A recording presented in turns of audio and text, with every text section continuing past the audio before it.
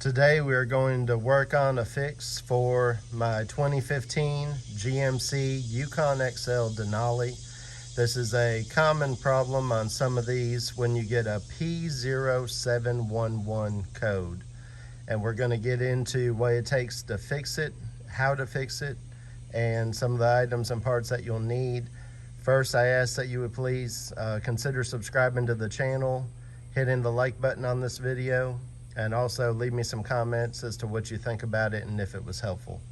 So to get into it, I've been getting a P0711 code on this vehicle, and that is your transmission temperature sensor code, one of several that you can get. It's popped up 2 different times so far, which tells me that I have a intermittent problem, that the vehicle is occasionally popping it up even after I have cleared it. So I let it go ahead and do it 2 times to verify that it wasn't just, a fluke or a 1 out of a million chance that it went off. So it is an actual issue, and I'm gonna go ahead and tackle it before it starts to just stay on the dash and be a real issue. When the transmission temperature sensor is not acting correctly, then it can affect the shifts of the vehicle because of how the shifting tables are in the tune itself. So it can cause erratic shifting and shifts that are harsh or soft, all the above. So first off, the fix for it is going to be this part number, GM24298757. What we're going to have to do is we will have to take off the transmission pan, and we will have to replace this wiring harness. Your transmission temperature sensor is right here on this wiring harness. As you can see, we've got a bunch on it. We've got a main plug here. Got some more other little plugs here. So, yep, in order to change out the transmission temperature sensor right here, you have to change out this whole piece. So it was about $60. I just bought it offline off of a GM parts page. Whenever you Google search something, you can have a whole bunch of GM dealership places come up, and they'll be selling the part online. So I bought it from one of them. It was 60 bucks. It came rather quick, and that's going to be the fix. To do that, like I said, we're gonna have to get up underneath the car. We're gonna have to drop the transmission pan and remove the transmission fluid filter, remove the fluid itself too. All that's gonna have to be done. So some other things that you might consider doing is, for one, if you're not going to reuse the fluid, or if it's time for a transmission fluid change, get some of this. This is what you need for the 8-speed transmission. This is the fluid that it calls for. I recently had the dealership do a recall. Some of these 8 speeds had a transmission shudder that you would sometimes feel. And so one of the fixes was to change out the fluid. So I've already had them change out the fluid not too long ago, probably about 10,000 miles. So it's relatively fresh. So I'm just going to make sure that it's at the correct level, and the 8 speeds are kind of like the 6 speeds. Over full is not going to hurt them at all. In fact, they would prefer it rather than being low. Also, to get to the fluid, it can be pretty hard to try to fill, so these are cheap and will also help you out. It's just a multi-use transfer pump. One hose goes in the bottom, one hose goes in the top. One sucks the fluid in, and the other pumps the fluid out. It makes it go really fast, helps out a lot. Got it off Amazon, and it comes with a whole bunch of different attachments. I think it was around 10 bucks maybe. So it is a just off-brand. Several brands use the same one, and they just rebrand it. So it's just a multi-use transfer pump. Looks like that part number is W1145. If you look up on Amazon, you'll find it. So obviously you'll need basic hand tools. Another thing that I got was just a big, 15 quart, just a pan. This is just generic. I've never used it for anything. It was like $12 off Amazon. So I opened it up, took some compressed air, just kind of blew it out and made sure there was no, foreign material or junk inside of it. So I can put my clean fluid in here and then take and reuse it and use that pump to pump it back out of here, back up into the trans, top off with fresh, brand new fluid. So that's an overview of what you're going to need. So now we're going to get up underneath the vehicle and get started. All right, so looking up underneath the vehicle, this is your transmission fluid oil pan right here. First thing we're gonna have to do is we're gonna have to take this shield off. You've got one 10mm bolt here, you've got one up on top of here and one up there. You're gonna have to take that transmission heat shield off because the fill plug is on top of it. And then also the fluid level check plug is right here. So I'm gonna open that up and drain out what I can just directly out of that hole while I am removing the transmission heat shield that we just talked about. Once the heat shield's out and the transmission fluid is drained as much as can be out of this hole, then we have these 10mm the whole way around your transmission fluid pan. The whole way around it. Also, yes, you get to deal with the exhaust as well, so you're going to want the vehicle to be at room temperature and not have been run very recently. So we're going to get started on that. So now we got most of the transmission fluid emptied out of the pan, and as you'll see, you kind of get wedged a little bit back here by the exhaust where it goes underneath and where the transmission pan is trying to clear. So you're going to have to lift up the front of the pan, and then you will have to take a pry bar. So in this case, I'm using just a big screwdriver, and we're going to have to pry right here and pull down on the exhaust. Now I've also seen some do it. You can put a jack underneath here like you used to jack up the vehicle, and you can jack up on the end of the handle gently. You don't want to break or crack your exhaust, but you just need a little bit of separation to get that transmission pan to slip on out. So that's what I'm working on now. And then I'll also mention there is actually room to drain fluid back here between the transmission cross member and the exhaust to drain fluid out there. And then also once you get the front of the pan tipped forward, you'll be able to drain fluid out the front of it. That bolt that I tried to use at first, I don't even know if I got a full cord out of it. So you're gonna want to slowly take out the bolts, but don't fully take all of them out. Otherwise your pan is just gonna fall and you're gonna have transmission fluid going everywhere.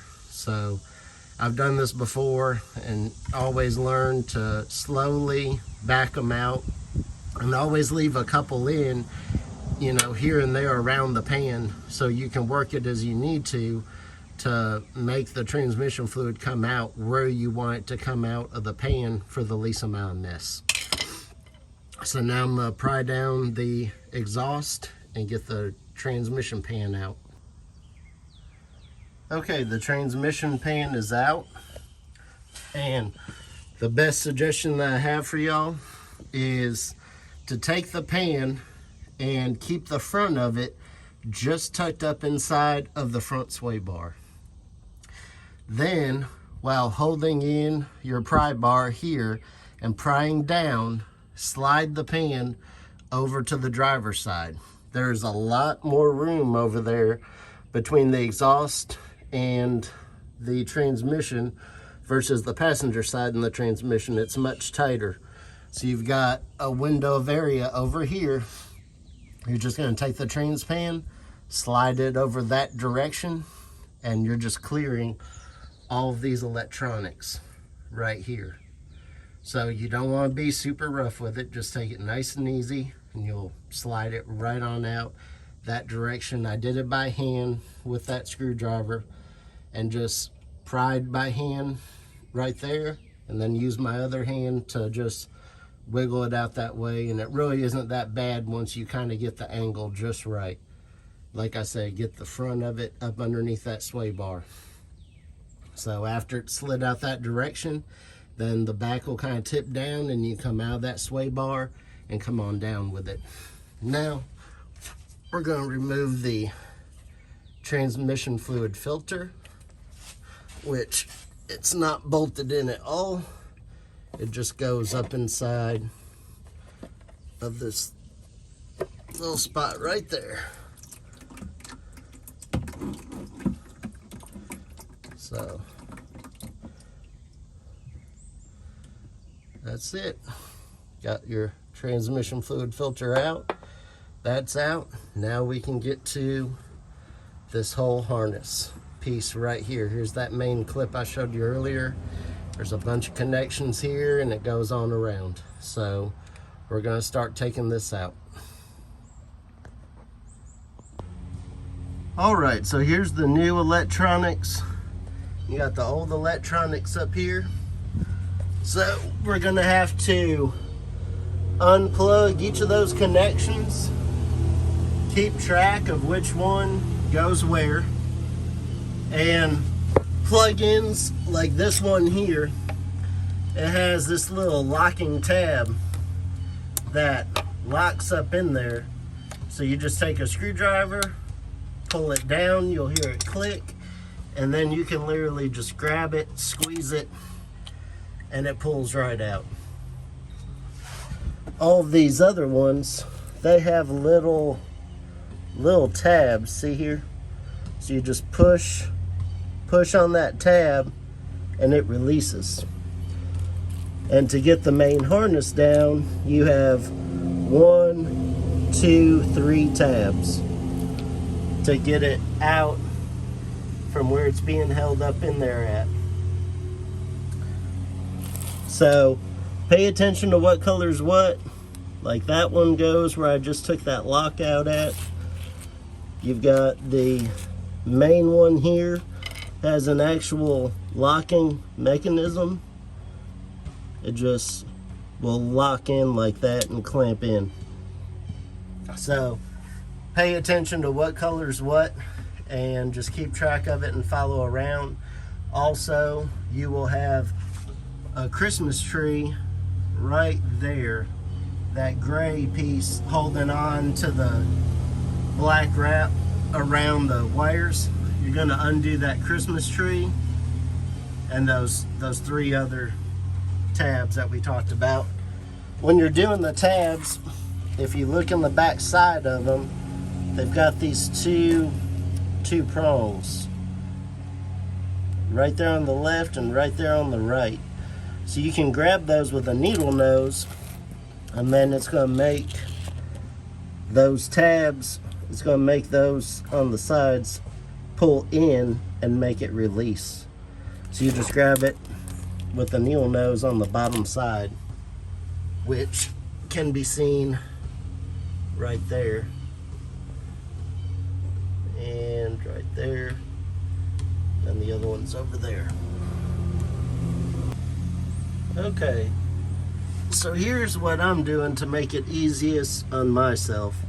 I took out the one brown clip here, which is this one, and then I took out, there's a connection here, here, and here. This white one plugs into this one, and then you have the clear and purple one, which had come out here, and then the one that was closest was this gray one with the white inside of it. So I'm going to take the new one and I'm going to clip it up in here now that this is out of the way. Plug in those four and do the Christmas tree. Snap it up in with those three clear clips that go up in there. And then there's 1, 2, 3, 4, 5, 6 more plugs on this side. So to get those, I'm going one at a time, unplug the old harness and plug in the new one. So there we have it. We've got the old one hanging down, the new one's installed, the 3 push pin spots are up and in, the main harness is clipped in, our new temperature sensor here, these 3 are plugged in, gray, clear with purple, and clear, and then the brown one with the Christmas tree plugged up into the body. Now we'll go to the other side and we'll plug in all 6 of those, following the color and same ones coming off of the old. Okay, so we've got the new harness up and in. For those who are following along or maybe want to double check, on the left, going to the right, you've got white, purple, purple, white, clear, and then white. As you can see, all the push pins are up and in, and it's all the way installed. So next thing to do is going to be to put our transmission fluid filter up and in, and then we're going to get the pan ready and put it up and on. So on the pan, let's see if y'all can see this, there is gray junk from the clutch wear and stuff on your transmission pan. So take a rag and clean all that junk off. As you can see, that's got all the junk on it, that's clean. So just wipe out your pan. You can even wipe off some of the junk off of the magnets, clean it out, and get it ready to go back up and on. So now the transmission pan is back on. Of course, the fluid filter is on. Again, just to go over, when you do the pan, put it over in this spot, in this right-hand corner. Put the back end in first, then tip the front up in just under the sway bar and start bringing it over this direction. You'll notice that main plug over here, that had the lever kind of snap down piece on it. That's the main thing that you're going to have to clear with this end of the pan. So I did use, again, just my big straight blade screwdriver, got up underneath here and flexed it down. And then when I did that, it came on over. And also here on your transmission pan, if it does not, come level with your transmission when you put it up there, then double check your fluid filter. So like mine, when I was sliding my pan over here, it brought the transmission fluid filter, the back end of it, a little bit too far over, so it had a little gap. So I just kind of, relaxed the pan, pushed my fluid filter over and felt it kind of rest in a good spot, and then put my pan back up, and then it didn't have any gaps and went up nice and easy. You have a little locationing tab right up there for the gasket, and then there's another one right back here. So make sure your 2 tabs for your gasket are lined up in the pan. It also makes it a lot easier to work with the pan, sliding it back and forth across here. If you take the gasket, take it off the pan and move it out the way so you don't have that thick rubber gasket getting you hung up. So that's the best tips I can give you on that. And then you start tightening down from the center of both sides of the pan and work your way slowly towards the back and the front. This keeps the gasket centered. Make sure you don't, bunch some up in between the bolts, and just snug them down. I don't know the torque spec offhand. I'm sure you can look it up, but basically you don't want to go, crazy tight. Just snug and then tighten it up a little bit past that. So I'm gonna finish tightening that up, and then our oil fill plug is up here.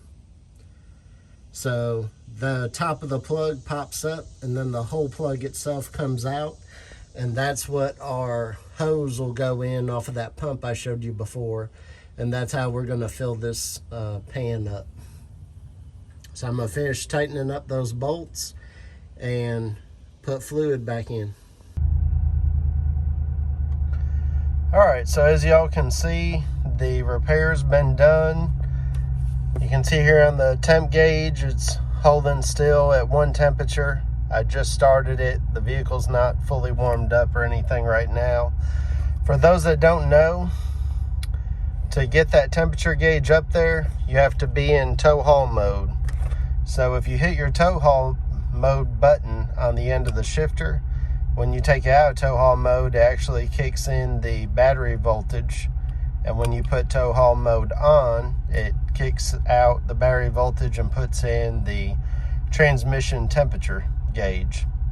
So before, not only was I getting an occasional check engine light, but also that transmission temperature would take and actually fluctuate up and down and move around, even like between 100 and 200. So there you have it. I hope that y'all have enjoyed the video. I hope that it helps someone out, and please consider subscribing to the channel. Hit like, leave me some comments. I appreciate it. Thanks.